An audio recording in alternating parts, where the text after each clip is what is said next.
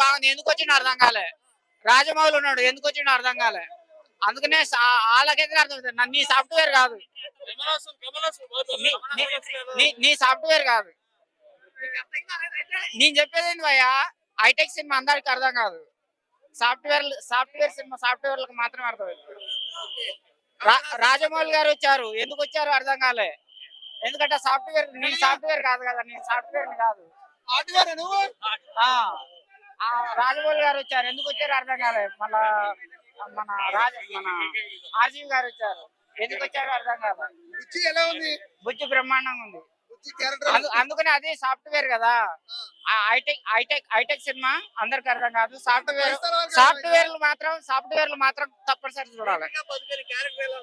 నడుము బాగుంది, బొడ్డు బాగుంది.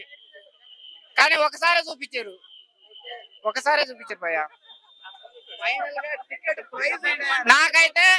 నాకైతే నిజం చెప్తున్నా, ప్రభాస్ ఫ్యాన్స్ ఏమనుకోవద్దు, నన్ను కొట్టొకరు నాయన. ఆయన నేను ఆయన వ్యతిరేకం కాదు భయ్యా, ఈయన కంటే ఆయన క్యారెక్టర్ బాగుంది. నేను టికెట్ పెట్టుకొని తీసుకొని డబ్బులు పెట్టుకుని నాకు ఎండింగ్ లో నచ్చింది క్యారెక్టర్. ఎండింగ్ లో బాగుంది, స్టార్టింగ్ లో బాగుంది. క్రేజీ అన్నమాట. సూపర్ గా ఉందన్న సినిమా. అసలు ఏ మాత్రం తగ్గాల్సిన అవసరం లేదు. ఏ మాత్రం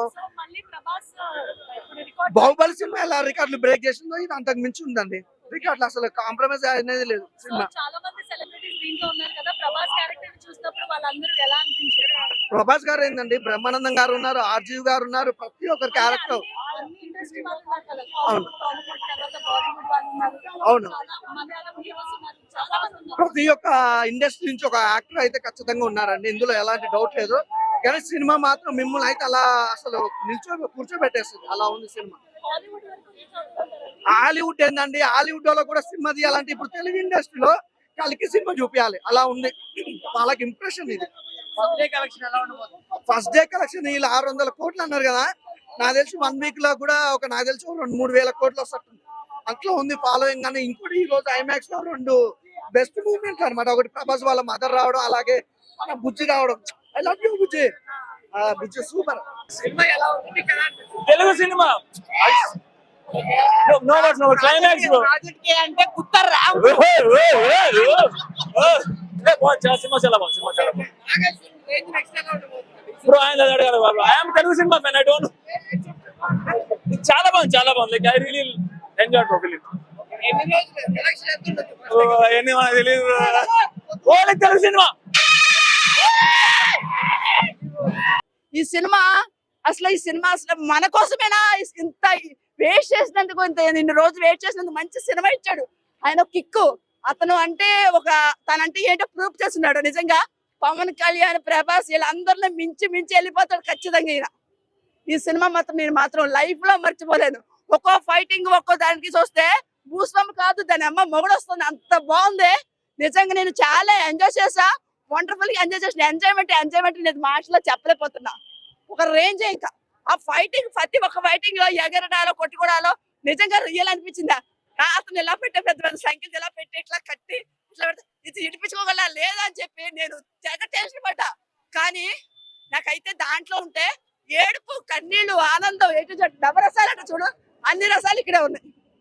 నాకైతే పిచ్చగా నచ్చింది. మొత్తం ఆర్కే ఉన్నారు కదా, ఆయన వచ్చినప్పుడు కూడా అతను ఆయన డైలాగ్స్ ఉన్నాయే, హైలైట్ డైలాగ్స్ ఉన్నాయి. కానీ అది మాటలైతే చెప్పలేము,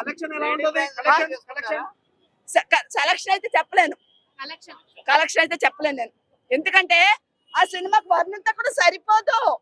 ఇప్పుడు దాకా నేను ఈ సినిమాలు చూసాను, కానీ మన ప్రభాస్ నాకు పవన్ కళ్యాణ్ ఎందుకు వస్తుందంటే, నేను ఆయన ఎక్కువ ఒకటి ప్రభాస్ ఫ్యాన్, రాజకీయంగానేమో పవన్ కళ్యాణ్ ఫ్యాన్. లేడీస్ అయితేనా పడి చచ్చిపోతారు. నా గొంత పోయిందని అర్థం చేసుకోండి. నా 2 కళ్ళు కాదు, కొన్ని 100 కళ్ళే చూడాలనిపించి అంత ఆనందం. మళ్ళీ వెళ్తాను కూడా సినిమా.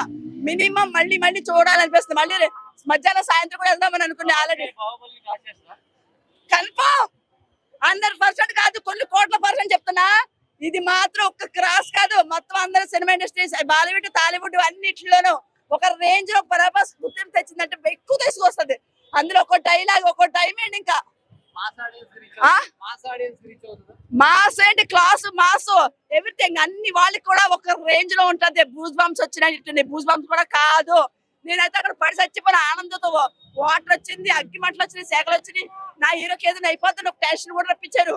అన్ని ఒక్కొక్క డైలాగ్, అది వచ్చి ఆకొచ్చి ఇట్లా పడుతుంది, అది ఇలా పట్టుకుంటారు, అయినా అది పట్టుకుంటే పవర్ వస్తుంది, అది ఒక్కసారి అది ఎంత ఒక్క రేంజ్ లో ఉంది, చాలా బాగుంది ఇది.